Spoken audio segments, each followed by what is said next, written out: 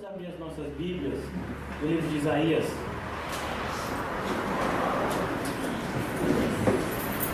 Isaías capítulo 11.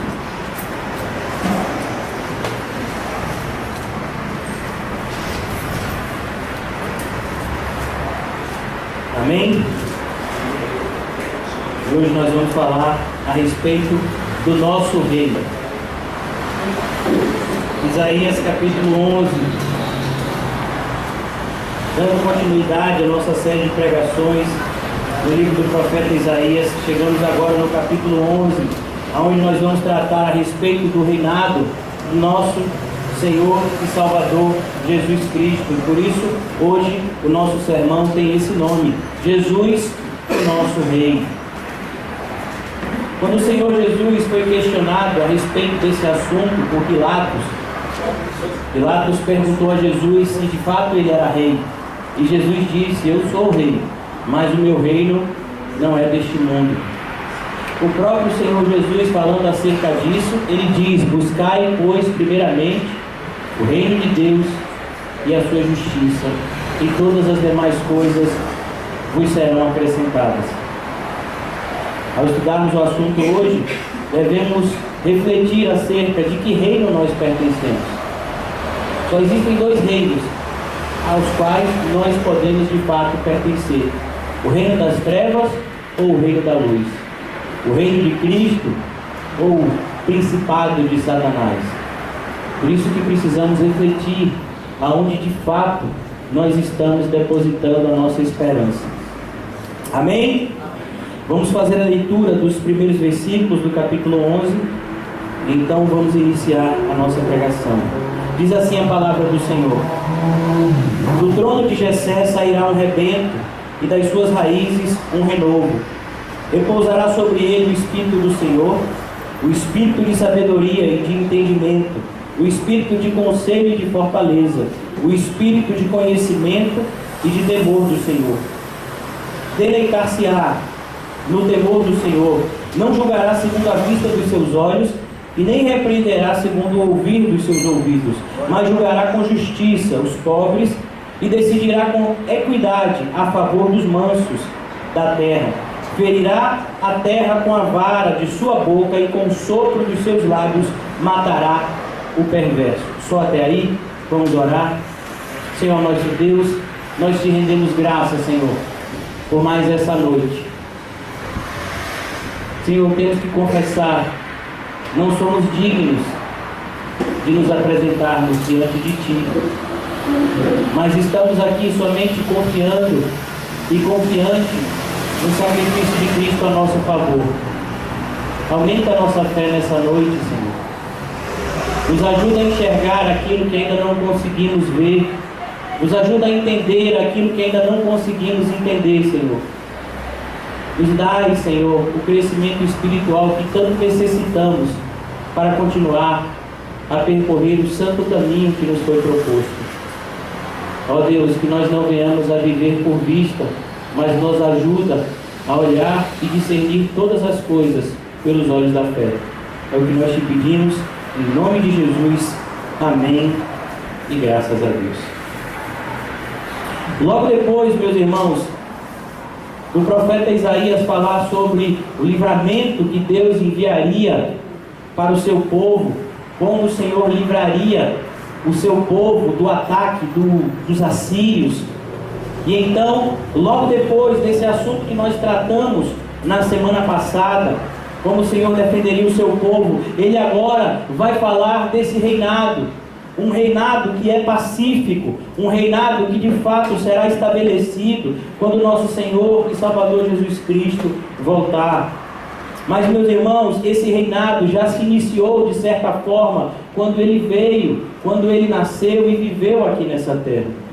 Nós não podemos olhar para a obra de Cristo como uma coisa só, mas precisamos olhar a obra de Cristo como algo que foi feito uma parte e que agora ele voltará para completar aquilo que ele já iniciou. Por isso, meus irmãos, é assim que nós entendemos o que está escrito aqui.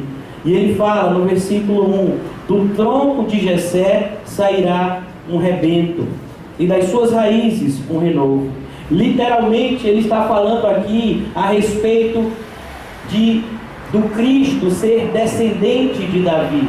Jessé é o pai de Davi. Sabe, meus irmãos, Deus havia prometido a Davi que da sua descendência viria o Rei dos Reis, o Senhor dos Senhores. E então o Senhor agora mais uma vez confirma aquilo que ele já havia predito ao seu servo Davi. E ele diz, de fato, do tronco de Jessé sairá esse rebento. Mas, meus irmãos, perceba que o tronco, por que o tronco? Porque esse reinado foi cortado da terra. Nós já estudamos acerca disso, como em virtude de Salomão desobedecer a Deus, o Senhor foi até Salomão e disse, olha Salomão, só por amor ao seu pai, eu não vou tomar e não vou dividir o reino nas tuas mãos, mas eu dividirei o reino nas mãos dos seus filhos. E quando Salomão morreu, então o reino de Israel foi dividido em reino do norte e reino do sul. E agora os descendentes de Davi reinavam no reino do sul, conhecido como o reino de Judá, que havia ficado com 2 tribos. O reino do norte, ele foi completamente destruído pelos assírios. O reino do sul não. O reino do sul resistiu aos assírios, mas o reino do sul caiu diante do império babilônico. E eles foram de fato sim destruídos. O templo de Salomão foi completamente destruído. O povo foi levado cativo à Babilônia. E agora esse reinado seria completamente destruído. Mas o Senhor já está predizendo que mesmo nesse reinado destruído existiria um rebento. Um rebento é como um pequeno broto que nasce de uma árvore que foi cortada. Nós já sabemos que se nós cortarmos uma árvore, ela pode nascer de novo. Ela só não nascerá se for arrancada a sua raiz. E por conta disso, o reinado de Judá seria sim cortado, mas o descendente de Davi viria e reinaria como um rebento que surge de um tronco que foi cortado. Por isso, meus irmãos, nós nunca perdemos a nossa esperança. Mas, meus irmãos, eu quero que você entenda algo. Quando o profeta João Batista começou a sua pregação no deserto, ele pregou acerca de um assunto que nos assusta. Ele disse agora que o machado não está mais posto no tronco, mas o machado agora está posto na raiz das árvores. Toda árvore, pois, que não der frutos, ele arrancará pela raiz. E agora sim, não existe mais qualquer esperança. Por isso, meus irmãos, a realidade do Senhor, predizendo para o seu povo, olha, virá um tempo de destruição, mas tenham esperança. Eu virei e eu colocarei as suas coisas nos seus devidos lugares. Mesmo no cativeiro babilônico, muito antes dele acontecer, o Senhor, antes do seu povo ser destruído, ele disse, olha, vocês vão ser levados cativos, mas no tempo certo eu os trarei de volta. O Senhor sempre cuida do seu povo. Acredite que nesse exato momento, independentemente dos seus pensamentos, independentemente das perseguições que você tem sofrido, dos seus sofrimentos, o Senhor está cuidando de você. Você precisa entender isso. O Senhor jamais abandona os seus filhos, mas porque somos seus filhos, muitas vezes Ele vai precisar nos corrigir. E quando Ele nos corrige, na maioria das vezes a gente pensa que Ele não nos ama, mas é exatamente por essa correção que Ele demonstra o seu amor.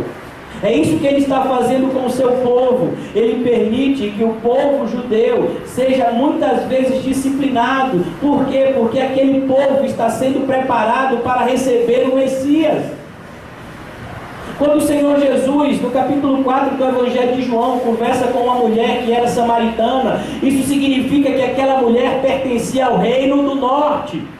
Sabe, o reino do norte, que é inimigo do reino do sul. É por isso que os samaritanos e os judeus não se dão, porque eles eram de reinos opostos, que haviam se tornado adversários, como nós já estudamos aqui.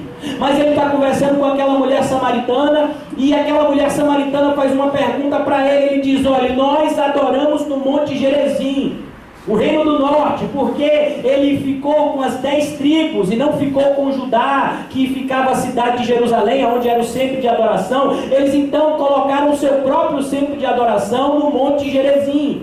E ela diz: nós aprendemos que a gente tinha que adorar no Monte Gerizim. Os judeus dizem que tem que adorar em Jerusalém. Sabe o que Jesus diz?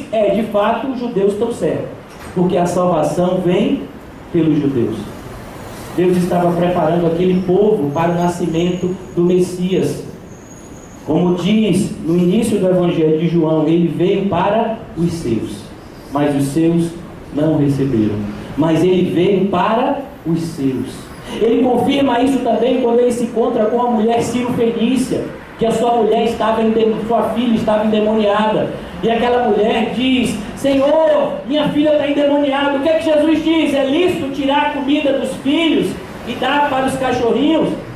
Por que ele estava dizendo isso? Porque a missão dele, a prioridade de Jesus naquele primeiro momento era para os judeus. Por isso, meus irmãos, ele é esse rebento, e das suas raízes vai vir um renovo. Repousará sobre ele o Espírito do Senhor. Sabe, essa palavrinha que você está vendo aqui, o Espírito do Senhor, na sua Bíblia, provavelmente deve estar em letras garrafais. Todas as vezes que o nome Senhor estiver em letras garrafais, isso significa que o escriba, o copista, quando ele foi escrever essa palavra, ele escreveu a palavra Jeová. Ele está dizendo que o Espírito de Jeová estará sobre ele. Mais do que isso, meus irmãos, ele foi concebido pelo poder desse Espírito, como nós já vimos. Nos capítulos anteriores, nós aprendemos que a Virgem dará luz a um filho. Quando o anjo foi diante daquela jovem chamada Maria e disse que ela teria um filho, ela ficou sem entender: como eu posso ter filho se eu nunca tive relação com homem algum? Ela disse: o Espírito do Senhor virá sobre você, e você conceberá pelo poder do Espírito Santo. Esse é o nosso Senhor.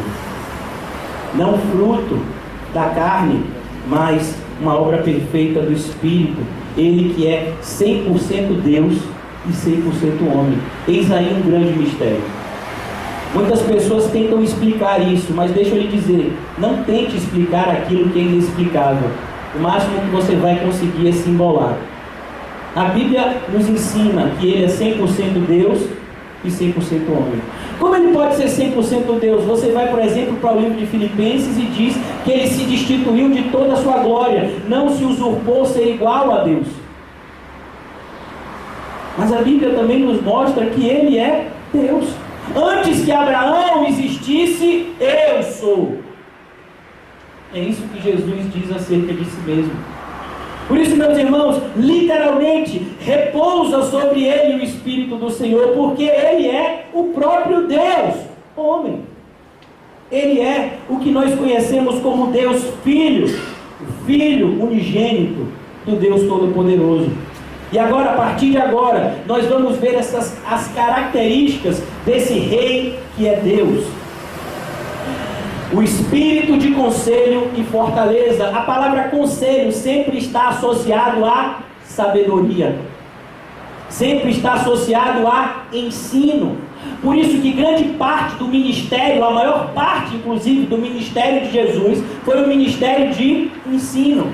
Ele entrava no barco com os discípulos e ele ensinava. Ele entrava numa sinagoga, ele ensinava. Ele entrava na casa de alguém e ele ensinava. Ele ia para o monte, ele ensinava. Ele descia do monte, ele ensinava. O tempo todo ele estava ensinando. Por quê? Porque ele é o verdadeiro conselheiro. É ele que sabe verdadeiramente interpretar passagens que nós não sabíamos. O Senhor, por exemplo, diz: ouviste o que foi dito pelos antigos, eu, porém, vos digo assim. Sabe? Quando a lei foi entregue para Moisés, em muitos momentos, os fariseus interpretaram aquela lei de uma forma equivocada. Mas então o próprio Deus encarnou em uma forma humana e se tornou o nosso mestre. E nos ensinou, não ensino vindo da parte de homens, mas ensino vindo da parte do próprio Deus. Ele é o nosso conselheiro. E, meus irmãos, mais uma vez ele diz, ele tem um espírito de fortaleza. Como nós já vimos nos capítulos anteriores, ele é o Deus forte. O que ele está dizendo aqui? Literalmente o que está escrito em Mateus capítulo 28. E todo o poder me foi entregue no céu e na terra. Você sabe o que significa todo o poder? É todo o poder. É por isso que muitas vezes eu não entendo. Determinadas pessoas chegam até mim e dizem assim: Senhor, pastor, Jesus pode fazer assim? A pergunta nunca deve ser essa. Jesus pode fazer como ele bem quiser entender. A pergunta é: será que essa é a vontade de Jesus? Por quê? Porque nós aprendemos a conhecer a vontade dele à medida que estudamos a sua palavra. Quando Jesus não quer fazer algo, não é porque ele não possa fazer, é porque ele determinou que não fosse feito dessa forma. Porque poder para fazer as coisas do jeito que ele bem quiser entender, ele tem. Ele tem todo o poder.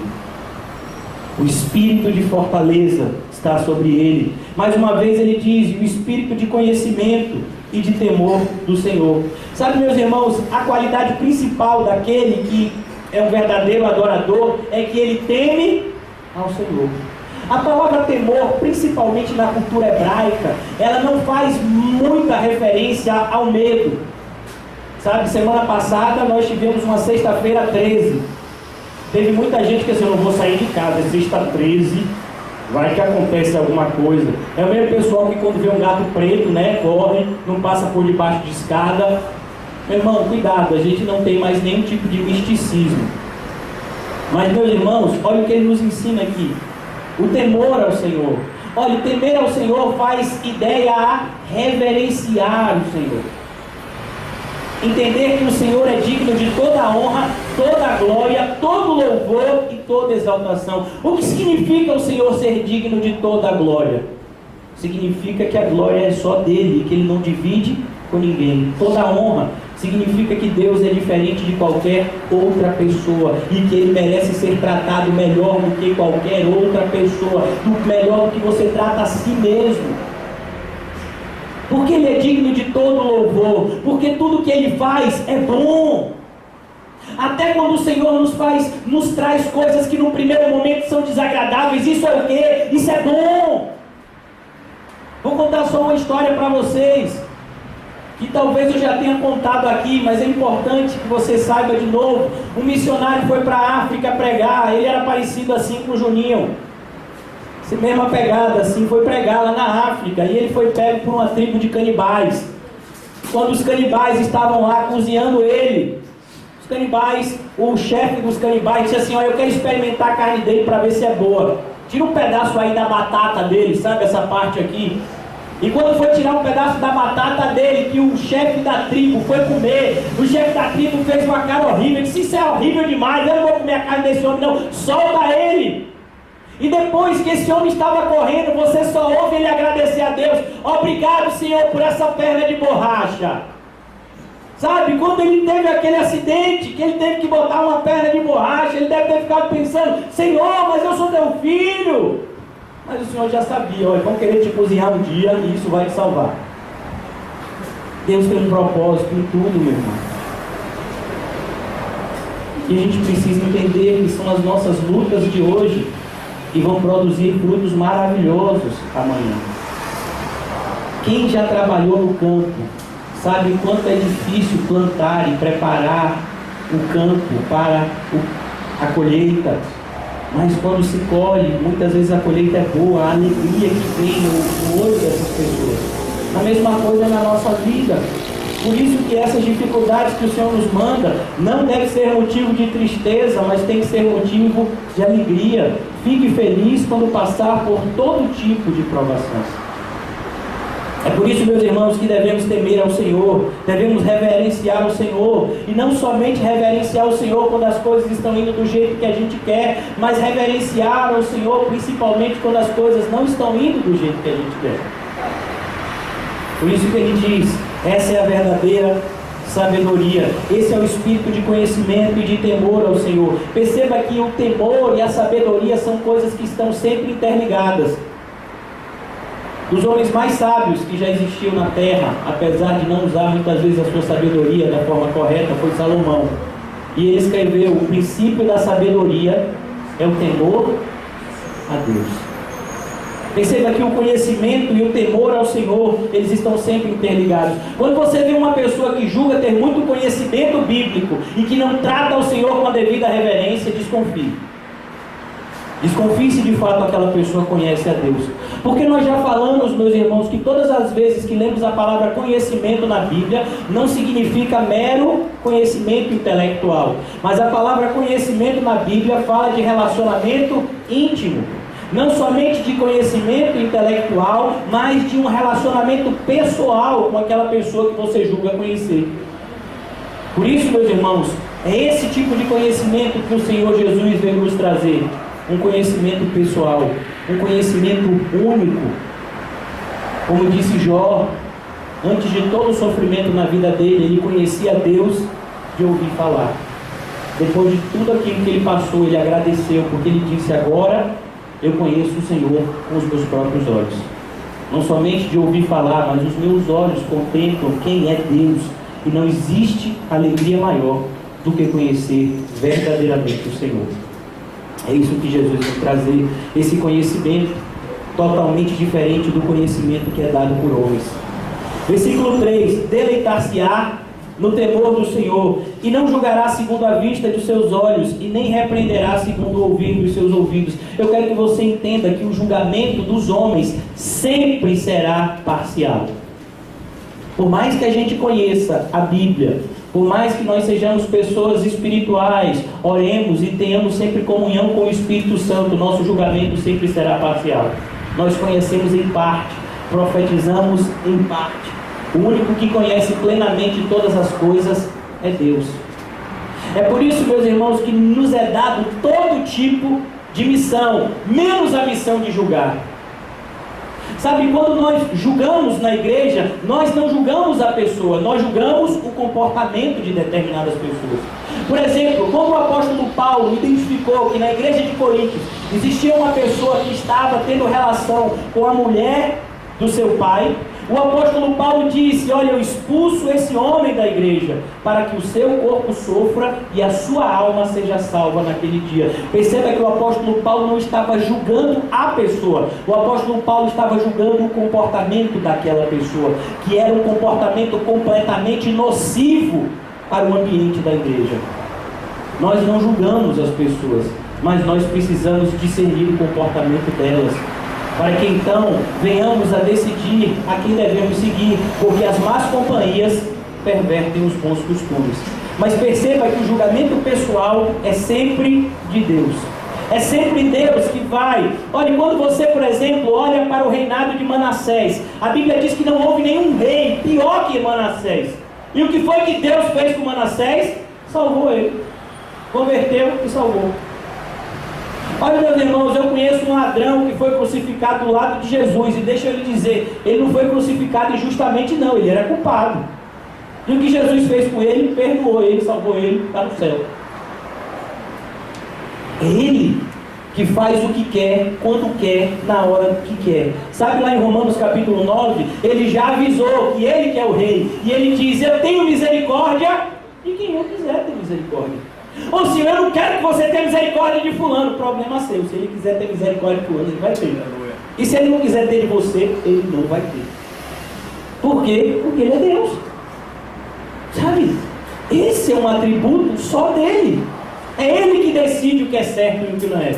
É ele que decide todas as coisas. Porque ele sabe de todas as coisas. Meus irmãos, um dos grandes homens de Deus que ouvia a voz de Deus desde pequenininho foi o profeta Samuel.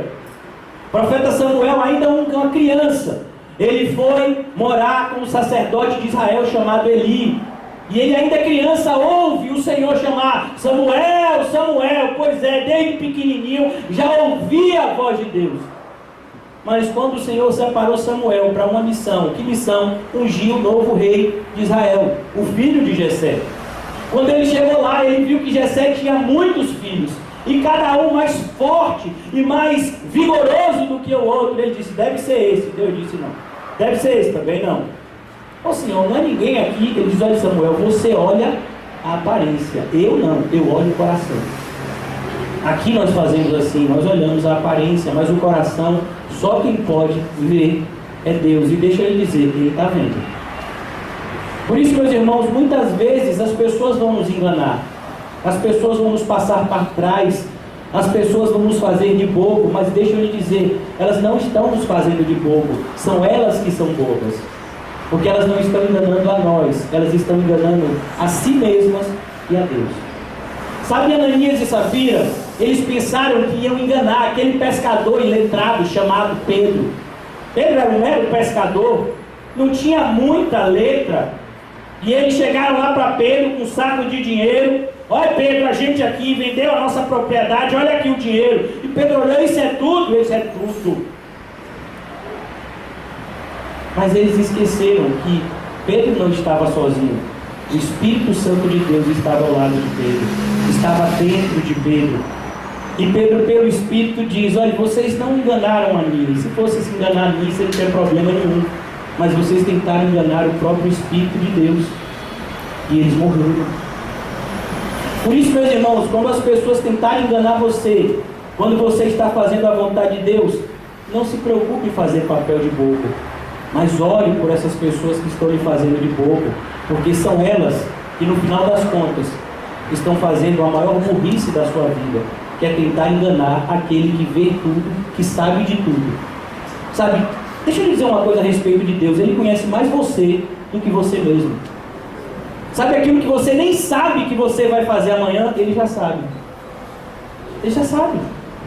Deixa eu lhe dizer uma coisa: Pedro tinha certeza que não negaria Jesus, mas Jesus disse: Pedro, você vai me negar. Pedro disse: com nada, nego de jeito nenhum, morro. Não, Pedro, você vai me negar, Pedro. Por isso, meus irmãos, quando a palavra de Deus, quando o Espírito Santo de Deus te falar alguma coisa, não discuta com ele. Ele sabe o que está falando. Ele é o verdadeiro conselheiro, porque ele não julga pelos olhos e ele não repreende segundo os ouvidos, sabe? Olha, Deus, isso que estão falando de mim é mentira, viu? Deus não se preocupa com o que as pessoas estão falando de você. Deus, ele está olhando para a sua vida. Sabe, na carta, as cartas que o Senhor enviou às igrejas da Ásia, lá no livro do Apocalipse, em todas elas o Senhor fala: eu conheço as suas obras. O que ele quer dizer com isso? Ele diz: eu estou vendo. Sabe, tudo que está acontecendo aí dentro, eu estou vendo. Eu sei o que está acontecendo aí. O fato de muitas vezes Deus não intervir em determinadas situações não significa que Ele está vendo. Muitas vezes Ele está tendo misericórdia, e outras Ele está tendo simplesmente longanimidade. Sabe o que é longanimidade? Longanimidade é uma palavra no grego que é a mesma qualidade que o arqueiro tem quando ele vai disparar uma flecha. Você já viu o arqueiro disparando uma flecha? Ele precisa respirar e ele precisa dar atenção exata para aquela flecha, para que ela atinja o alvo de uma maneira perfeita. Então ele tem que ser longânimo, ele tem que saber o momento exato de largar o fio, de largar aquela corda que segura a flecha, para que a flecha tenha a direção correta e atinja o alvo de forma perfeita. Pois é, Deus é assim. Ele sabe o momento exato de descer a sua ira. O Senhor disse que ia destruir Sodoma e Gomorra, sabe? E Abraão ficou preocupado. Por quê? Porque Ló estava morando lá com a sua família. Mas Deus destruiu Sodoma e Gomorra somente quando Ló saiu de lá, sabe? Deus sabe quando fazer determinadas coisas. Por isso, meus irmãos, pense direito acerca da sua vida. Muitas vezes Deus está permitindo, Ele está dando tempo para que se arrependa, como está escrito no livro do Apocalipse. Cuidado, aproveite o tempo do Senhor e se arrependa enquanto é tempo, porque Não se engane o homem, tudo aquilo que plantar, ele colherá. Por isso, meus irmãos, tema o Senhor e saiba que o Senhor está vendo todas as coisas e Ele sabe de todas as coisas. Versículo 4: mas julgará com justiça os pobres e decidirá com equidade a favor dos mansos da terra. Meus irmãos, quando João Batista esteve preso antes de ser decapitado por Herodes, João Batista teve um momento de dúvida e ele mandou perguntar a Jesus se Jesus era de fato o Cristo ou se eles deveriam esperar outro.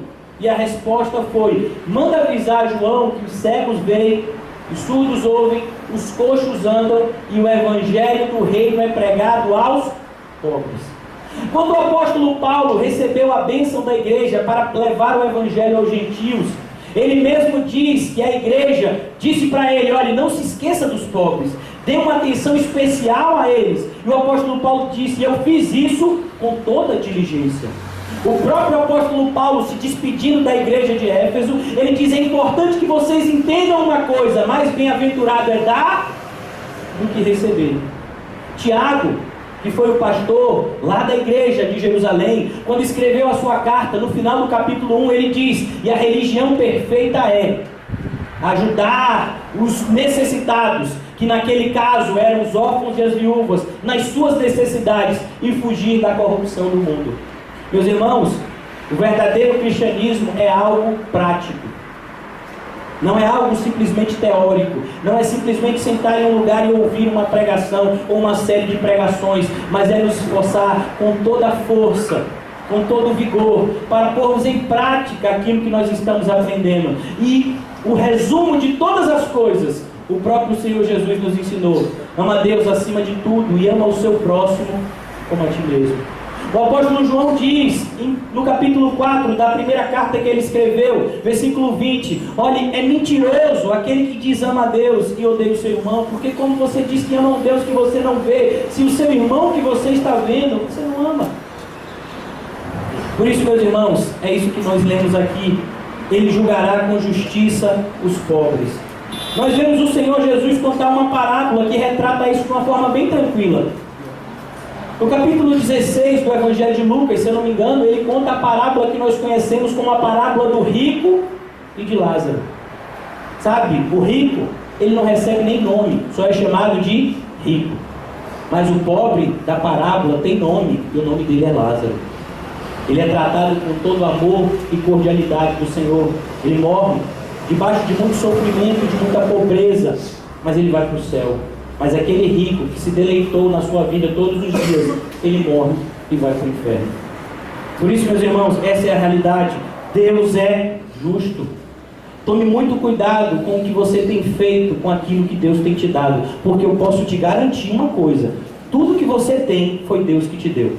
Sabe aquelas pessoas que batem no peito e dizem assim: eu conquistei isso com o meu próprio trabalho? Oh, meu Deus, precisa se converter. Você não conquistou nada com o seu próprio trabalho. Sabe, o seu trabalho, quem te deu foi Deus. Sabe, a inteligência para executar o seu trabalho foi Deus que te deu também. E a força foi Deus que deu também para você. Sem Ele, você não seria nada. Por isso, meus irmãos, é importante a gente entender que nós somos, todos nós, não passamos de mordomos, de administradores de algo que nos foi confiado, mas que não é nosso. E em um determinado momento nós vamos ter que prestar conta da nossa mordomia, da nossa administração. E naquele dia o Senhor há de perguntar: o que você fez com aquilo que eu te dei? Por isso, meus irmãos, é assim que o Senhor Jesus nos ensina a não nos esquecer dos necessitados. Cuidado, por se multiplicar a maldade no mundo, o amor de quase todos se esfriaria. Realmente, a maioria das pessoas hoje que você se propõe a ajudar, elas vão te decepcionar, elas vão mentir para você, elas muitas vezes vão te roubar, elas vão falar mal de você depois de você ter ajudado a ela. Mas não permita que essa maldade endureça o seu coração. Aprenda a identificar para quem você faz todas as coisas. Se você ajuda alguém esperando receber algo em troca dessa pessoa, você não está fazendo a obra de Deus. mas você está fazendo a obra do homem. Nós que estamos fazendo a obra de Deus, precisamos ter isso de maneira bem forte no nosso coração. Toda ajuda que prestamos ao nosso próximo, nada mais é do que uma obediência em relação àquilo que o próprio Deus tem exigido de nós. Ele julgará com justiça os pobres, e Ele decidirá com equidade a favor dos mansos da terra. Sabe, meus irmãos, nós somos ensinados todos os dias, desde pequeno, a lutar pelos nossos direitos, sabe? Você pode encontrar uma pessoa que é analfabeta, mas ela sabe o direito dela. Olha, sabe aquelas pessoas, eu quero meus tempos de serviço. A pessoa nunca fez direito. A pessoa às vezes não sabe nem assinar o próprio nome, mas ela sabe que tem direito a 13º, tem férias, sabe, tem isso, tem aquilo, é meu direito. A pessoa sabe que se de repente ela for humilhada por alguém, os danos morais, vou processar por danos morais. Você compra um refrigerante e por acaso vem uma barata lá dentro, eita, que bom, vou processar a Coca-Cola, vou ganhar um maior dinheiro agora. É isso que as pessoas, sabe, elas sabem os seus direitos, mas elas não sabem os seus deveres. Pergunte os deveres dela. Eu não sabia, tem que fazer isso, tem que declarar imposto de renda, eu não sabia. Precisa, olha esse negócio desse radar, eu nunca entendo a velocidade. Sabe, perceba que os nossos deveres a gente não se preocupa em saber. Ah, então quer dizer que eu tenho que ler a Bíblia? Eu pensei que era só o pastor que tinha que ler para me ensinar. E eu preciso orar mesmo. Preciso orar mesmo. Eu pensei que se alguém orasse por mim, tá, era a mesma coisa. E essas pessoas, elas não se preocupam em conhecer os seus deveres, mas os seus direitos eles sabem. Eles são os brigões, e são eles que estão bem nessa terra. Sabe aquelas pessoas que lutam pelos seus direitos? Que vão até, olha, se eu estiver errado, eu estou errado, mas se eu estiver certo, eu vou até o inferno. Vai mesmo, viu? Você vai até o inferno. Se você não mudar, você vai para o inferno. Não, porque quando eu estou certo, oh, meu filho, mas você não é crente? Você sabe qual foi a primeira exigência que Jesus disse para você seguir a Ele? Renuncie a tudo. E o que é tudo? É tudo. E se alguém lhe ofender, perdoe. Sabe, o pessoal que roubou dinheiro lá da Petrobras, perdoe. Sabe, a presidente que parece que está envolvida nesse escândalo, perdoe ela também. Ah, não, isso é um absurdo. Ah, então você acha que Deus vai lhe perdoar se você não consegue perdoar essas pessoas? Por isso, meus irmãos, isso é claro na Bíblia. Nós somos muito bons em lutar pelos nossos direitos, mas o Senhor diz não. Sabe quem vai herdar a terra? São os mansos. E Ele diz, olha, eu decidirei com equidade a favor dos mansos da terra. Sabe aqueles que não vivem brigando por nada? Aqueles que verdadeiramente confiam em mim? Esses daí eu decidirei a favor deles. Ferirá a terra com a vara da sua boca, e com o sopro dos seus lábios matará o perverso. Sabe aquele pessoal que acredita que está existindo uma luta muito grande entre Jesus e o diabo? Olha, irmão, ainda nesse momento Jesus está lutando com o diabo pela sua alma. Mentira. Jesus não está lutando com o diabo. Por quê? Porque Jesus, quando for destruir o diabo, ele vai fazer isso. Matou o diabo. Cadê o diabo? Sumiu, foi para o inferno. Que o carregue. Mas Jesus não deu nenhum direto, cruzado direto, mata-leão. Jesus não puxou a espada e deu uma espadada no diabo. Ele não precisa, ele destrói o diabo assim, ó. O sopro na sua boca. Nunca se esqueça, meus irmãos, que Jesus tem todo o poder. Ele não está lutando contra as forças do mal. Quem tem que lutar contra elas somos nós. Para que não nos roube a fé, não nos influencie a abandonar o nosso Deus. Mas o nosso Deus está no controle de tudo, inclusive nas ações de Satanás. Satanás não faz nada absolutamente que Deus não tenha previamente autorizado. Por isso, ele diz, ele ferirá a terra com a vara de sua boca, e com o sopro dos seus lábios matará o perverso. Perceba que nesses pequenos versículos nós já vemos de uma forma bem dividida a primeira vinda e a segunda vinda do Senhor. Na primeira vinda, o Senhor não veio para julgar, mas Ele veio para salvar. Mas na sua segunda vinda, Ele virá e Ele julgará. E Ele separará o joio do trigo. E Ele separará os verdadeiros adoradores dos falsos adoradores. Ele separará os justos dos ímpios. Ele separará o seu povo daqueles que não são seu povo. A justiça, versículo 5, estará no seu cinto, nos seus lombos, e a fidelidade, o cinto dos seus rins. Percebam, meus irmãos, que as qualidades do nosso Deus são justiça e fidelidade. Justiça porque Ele cumpre a vontade de Deus em si mesmo. Como está escrito em 2 de Coríntios 5, 21, aquele que não conheceu o pecado, Deus o fez pecado, para que nele, Cristo, nós fôssemos feitos justiça de Deus. Essa é a justiça que eu e você estamos debaixo. Sabe por que nós temos que perdoar o próximo? Porque nós fomos perdoados. Se nós fôssemos julgados, nós todos estaríamos condenados. A Bíblia diz que todo aquele que crer em Cristo Jesus não será julgado, mas aquele que for julgado já está condenado, porque não existe possibilidade de justificação pessoal. Ninguém poderá justificar os seus pecados diante de Deus naquele dia, mas a nossa única esperança é que o sangue de Jesus nos justifique dos nossos pecados diante do Pai.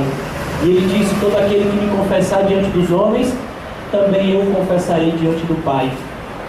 A Bíblia diz que o Senhor é fiel, e mesmo que nós sejamos infiéis, Ele permanece fiel, porque Ele não pode negar a si mesmo. Essa é a sua qualidade, a sua fidelidade. Ele não abandona os seus. Ele não salva uma pessoa hoje para abandonar ela amanhã. Mas aqueles que são salvos são disciplinados, são protegidos, são guardados e são preservados até a vida eterna. Serão preservados por toda a vida terrena até alcançarem o céu. Por quê? Porque Ele é fiel. Na vida dos seus eleitos, Ele os guardará para sempre. Por isso, meus irmãos, que a nossa felicidade precisa ser tão grande. Versículo 6: o lobo habitará com o cordeiro, e o leopardo se deitará junto ao cabrito. O bezerro, o leão, o novo, o animal cevado andarão juntos, e um pequenino os guiará. A vaca e a ursa pastarão juntas, e as crias juntas se deitarão. O leão comerá palha como o boi, e a criança de peito brincará sobre a toca da áspide, e o já desmamado meterá a mão na cova do basilisco. Essas são duas tipos de cobras. E não se fará mal, nem dano algum, em todo o meu santo monte, porque a terra se encherá do conhecimento do Senhor, como as águas cobrem o mar. Perceba, meus irmãos, isso está falando de quando? Da segunda vinda do Senhor. Muitas vezes, ao olharmos determinadas promessas do Antigo Testamento, nós confundimos em relação ao seu cumprimento. Esse foi o próprio equívoco dos judeus. Por que os judeus não entenderam que Cristo era o Messias prometido? Porque eles olharam para as promessas como se fosse uma coisa só. Então eles esperavam que Cristo reivindicasse o seu trono naquele momento.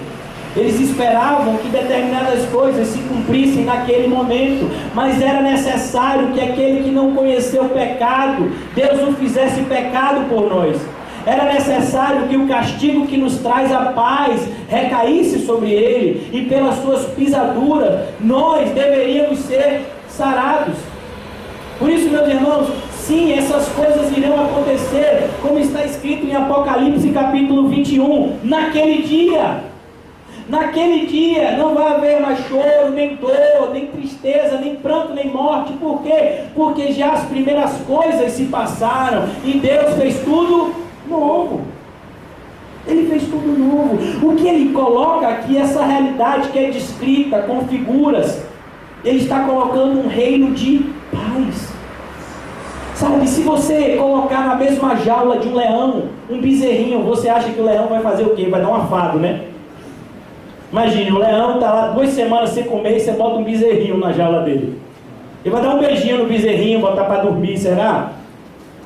O que você acha que vai acontecer se uma criança colocar a mão na cova de uma serpente? Será que a serpente vai fazer um carinho nela?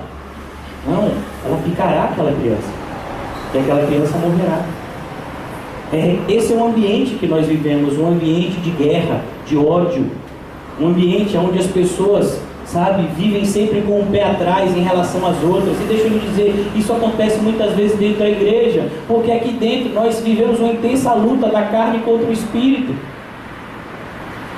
Mas, meus irmãos, naquele dia, no dia da consumação de todas as coisas, no dia que já as primeiras coisas se passarem, então essa realidade se cumprirá de fato.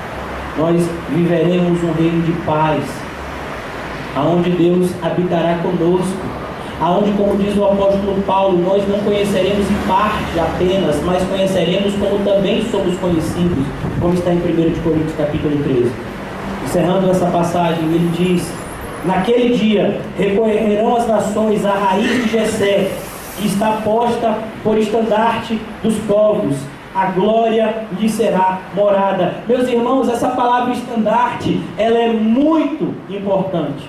O Senhor Jesus faz reverência a ela. Quando ele está conversando com um homem chamado Nicodemos, lá no capítulo 3 do Evangelho de João, ele diz assim: como a serpente de bronze foi levantada no deserto, compete que o Filho do Homem seja também levantado no madeiro. Sabe, naquele dia, as nações recorrerão à raiz de Jessé. Ele está falando literalmente quem é a raiz de Jessé: Jesus Cristo. Porque ele está posto por estandarte dos povos, e a glória lhe será a morada. Esse é o nosso Deus, esse é o nosso Cristo. Nós olhamos para Ele como esse próprio livro de Isaías vai dizer no capítulo 45, versículo 22: olhai para mim, vós e todos os povos da terra, olhai para mim e sejam salvos. Sabe por que eu estou dizendo isso? Porque muitas vezes as pessoas chegam na igreja, e elas chegam na igreja e elas começam a lutar contra os seus pecados, sem antes buscar a Cristo. E deixa eu lhe dizer, toda vez que você fizer isso, você vai se decepcionar, você vai se desapontar. Por quê? Porque, como ele mesmo disse, sem mim nada podeis fazer. O que você tem que fazer quando você se chega na igreja? Você tem que buscar Cristo. Como? Através da palavra, através da oração, através da comunhão. Busque a Cristo. Quando? De manhã, de tarde, de madrugada. Com que intensidade? De todo o seu coração. Busque a Cristo. Se você simplesmente tentar lutar contra um pecado na sua vida, você pode até se livrar desse pecado, mas outro virá rapidamente lhe assolar. Provavelmente vai ser a soberba. Sabe, quando uma pessoa... Eu conheci algumas pessoas que eles tiveram problemas com drogas, e quando eles passavam muito tempo sem usar, eles praticamente encheram o peito: olha, eu não quero contar vantagem, mas já tem uns 2 anos assim que eu estou liberto. Você está liberto de quê? Das drogas? Com certeza do pecado você não está.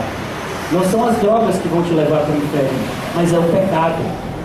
Se drogar é apenas uma das formas de pecar, mas existem tantas outras formas de pecar, sabe, tantas outras. E quando você luta para um pecado só, é tudo que Satanás quer. Ele vai até te ajudar a vencer aquele pecado. Olha, a pessoa chega aqui: pastor, tudo que eu quero é me livrar das drogas. Não, meu filho, então você está no lugar errado. Tem que procurar um outro lugar. Aqui a gente não ensina isso. Aqui a gente ensina a buscar Cristo. Olha, tudo que eu quero é ser mais calmo, porque eu sou muito nervoso. Então você está no lugar errado. Você devia ir para uma meditação, sabe? Funciona. Você fica mais calmo. Ou então você toma um diazepam, bromazepam, espécie tudo de pão ali. Não, aqui nós pregamos a Cristo e este crucificado, porque nós acreditamos que é Ele que nos ajuda a vencer o pecado.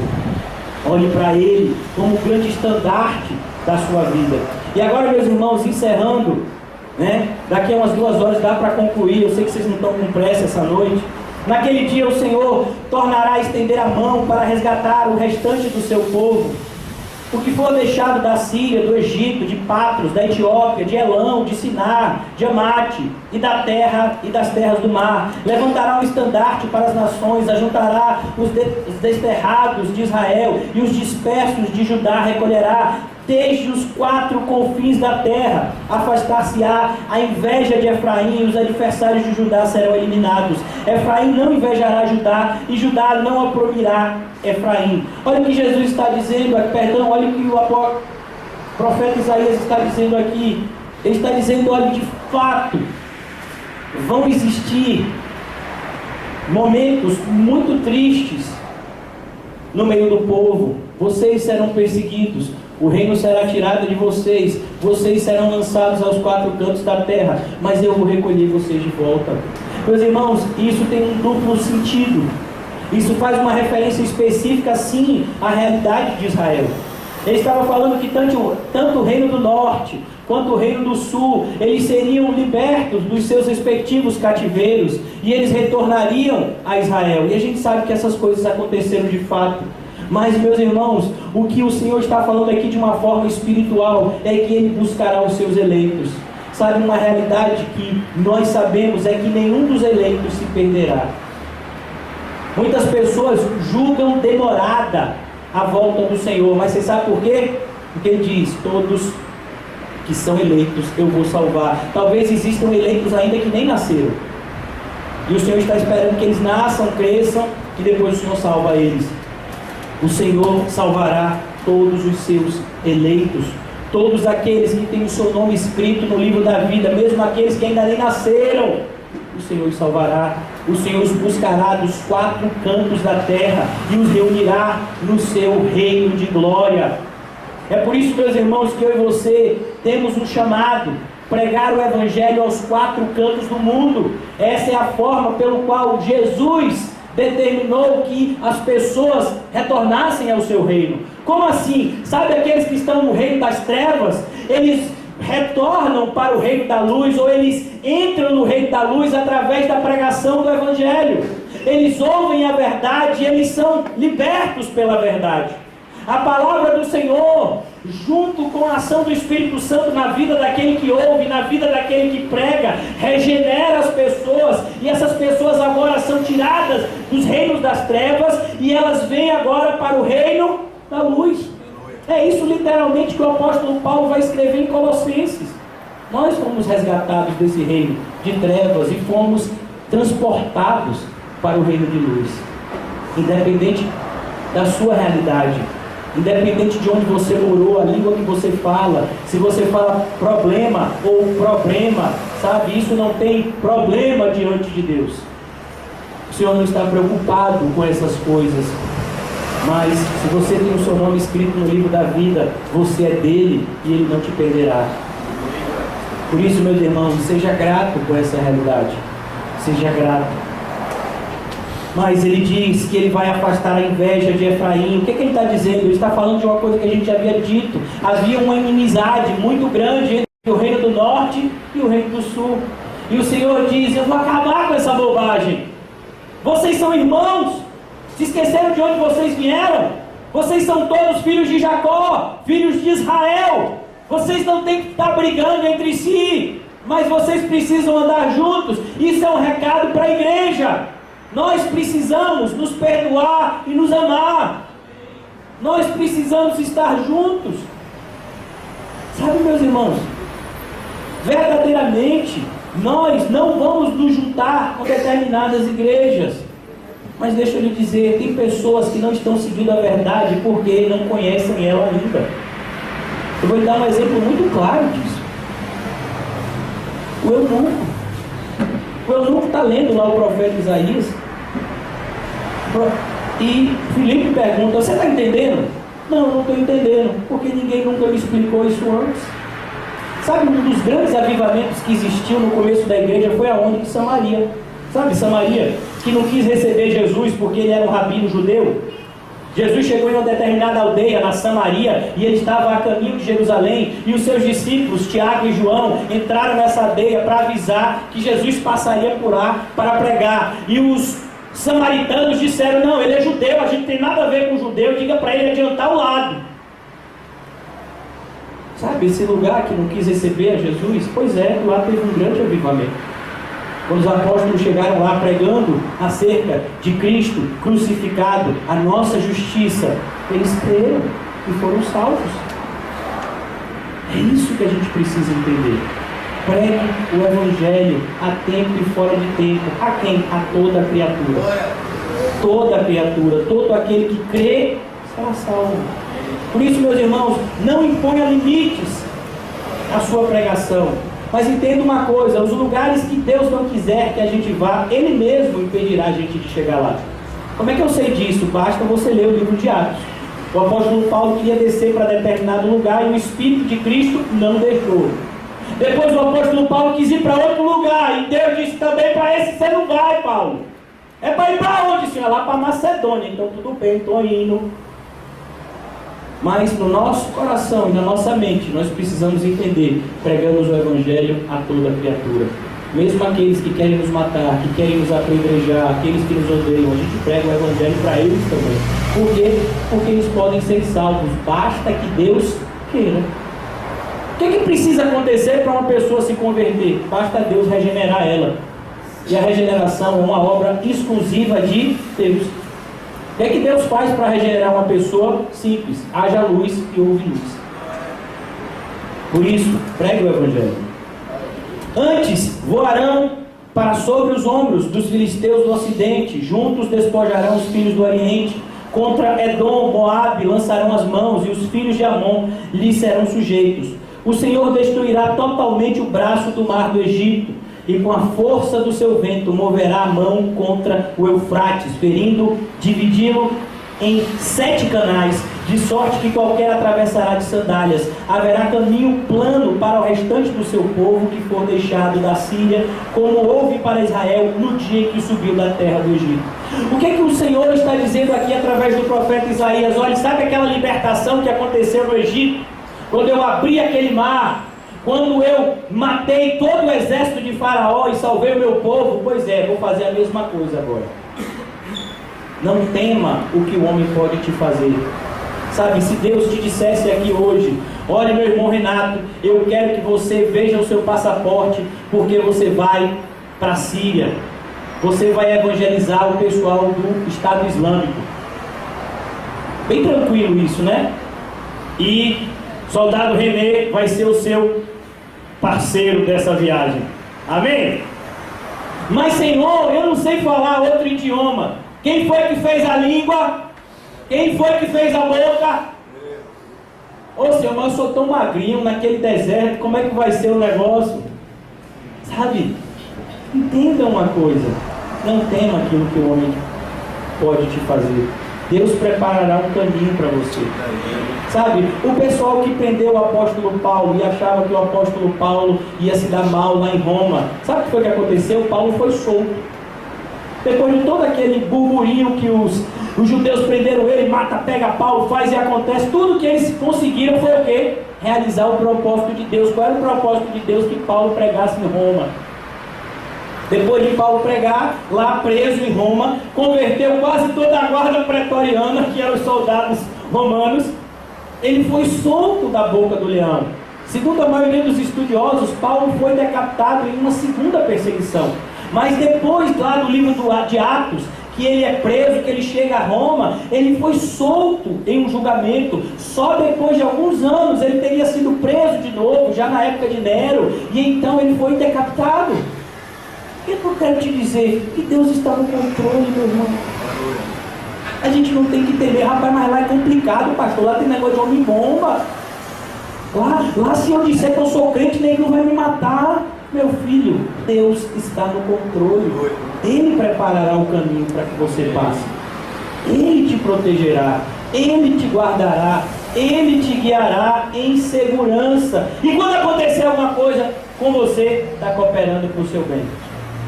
Sempre está cooperando para o seu bem. Se você olhar para a vida de Paulo, você vai ficar: rapaz, como é que esse homem não morre? Apedrejaram Paulo. Você conhece alguém que sobreviveu ao apedrejamento? Ninguém. Sabe quando é que o pessoal para de apedrejar? Só quando a pessoa morre. Mas o apóstolo Paulo sobreviveu. Sabe, um dos maiores motivos de morte naquela época era a picada de cobra. Se você for ver, inclusive, no livro de Números, se eu não me engano, uma das vezes que Deus disciplinou o seu povo, Ele mandou serpentes que picassem o seu povo, e aquele povo fazia o quê? Morria. Certo? Naquele tempo não tinha negócio de remédio para picada de cobra. E o apóstolo Paulo chega em uma determinada cidade e a cobra pica ele. Diz, agora morre esse miserável. Morre nada, meu filho. A cobra não fez nem cócegas. O apóstolo Paulo estava em uma determinada localidade e 40 homens fizeram um juramento de não comerem até matarem ele. Mas, meu irmão, esse acontecimento só serve para você saber que o apóstolo Paulo tinha um sobrinho. Um dos sobrinhos do apóstolo Paulo, por acaso, estava passando na casa que o pessoal estava fazendo o juramento. Olha que acaso. E ele ouviu. Vou matar quem? Paulo? Meu tio. Ele foi lá para Paulo. Ó, meu tio, vou matar você. Mata não, meu filho. Vai lá para o capitão, diz o que você ouviu, tudo tranquilo. Deus está no controle. Sabe quando disseram para Paulo, olha, você vai chegar em Jerusalém, vão lhe prender, vão lhe bater. Tranquilo, Deus já me avisou, está no controle, não é agora que eu morro. E quando o apóstolo Paulo soube que ia morrer, o que foi que ele fez? Se desesperou? Não, ele avisou para Timóteo, ó Timóteo, eu combati um bom combate, eu acabei a minha carreira e eu guardei a minha fé. Cadê o desespero do apóstolo Paulo? Desespero porque ele está indo para casa. Qual é o melhor momento do seu dia quando você tem um dia de muito grande trabalho? Você fica imaginando aquele momento que você vai tomar o seu banho e deitar na sua cama. Já imaginou? Agora imagine, meu irmão, seu sofrimento só vai acabar não é quando você deitar na cama aqui não, é quando você chegar lá. Quando o Senhor Jesus olhar para você e dizer assim, olha meu filho, eu vou lhe buscar, viu? Ô Senhor, Maranata, hora vem Senhor Jesus. Essa é a nossa realidade. Por isso, creia que o Senhor está preparando um caminho para que você passe. No livro O Peregrino, que deu origem ao filme, o cristão ele tem que passar por um vale, chamado Vale da Sombra da Morte. Muitas pessoas correm desse vale. Quando ele está chegando lá, ele vê duas pessoas correndo, dizendo, salve a sua vida, salve a sua vida. Mas ele diz, esse é o único caminho para chegar na cidade celestial. E aquelas pessoas estão correndo de volta, salve a sua vida, salve a sua vida. E existem dragões por cima, soltando fogo, mas o cristão, ele passa. E você sabe o que ele faz nesse momento? Ele guarda a espada. E ele começa a recitar o Salmo 23. Ainda que eu passe pelo vale da sombra da morte, eu não temerei mal algum, porque o Senhor está comigo. Sabe o que é que acontece? Os dragões vão embora e ele consegue atravessar em segurança aquele vale sombrio. É isso que vai acontecer comigo e com você, não somente uma vez, mas muitas vezes na nossa vida. Muitas vezes na nossa vida nós vamos ser colocados em situações que vão gerar dentro de nós um grande desconforto, um grande medo. Mas deixa eu lhe dizer, se você buscar o Senhor nesse momento, Ele confortará, Ele consolará você e Ele te dará a coragem necessária para que você enfrente esse momento da maneira correta. Por isso, meus irmãos, creia que o reinado de Deus já chegou para mim e para você. Sabe por quê? Porque o reino de Deus não está ali e nem acolá, mas ele está dentro de cada um de nós. Todo aquele que crê verdadeiramente em Cristo Jesus já está no seu reino, já é um cidadão celestial, ainda que precise concluir a sua jornada terrena, mas você já é um cidadão celestial. É como se você fosse um norte-americano. Você tem o seu passaporte lá, norte-americano, e você está aqui no Brasil. Você veio realizar algo aqui no Brasil, quem sabe passar umas férias, passar o final de ano. Claro que o crente nunca faz isso, é só uma suposição. Mas você voltará para o seu país de origem. A mesma coisa somos nós. Nós somos cidadãos celestiais. Nós pertencemos ao reino de Deus. Pela fé, nós estamos apenas concluindo a nossa jornada aqui na terra. E no devido momento, o Senhor nos levará às nossas moradas eternas. Por isso, creia nesse reinado. Ele já chegou pela fé na minha e na sua vida. E ele se concretizará de fato naquele dia. Vamos orar.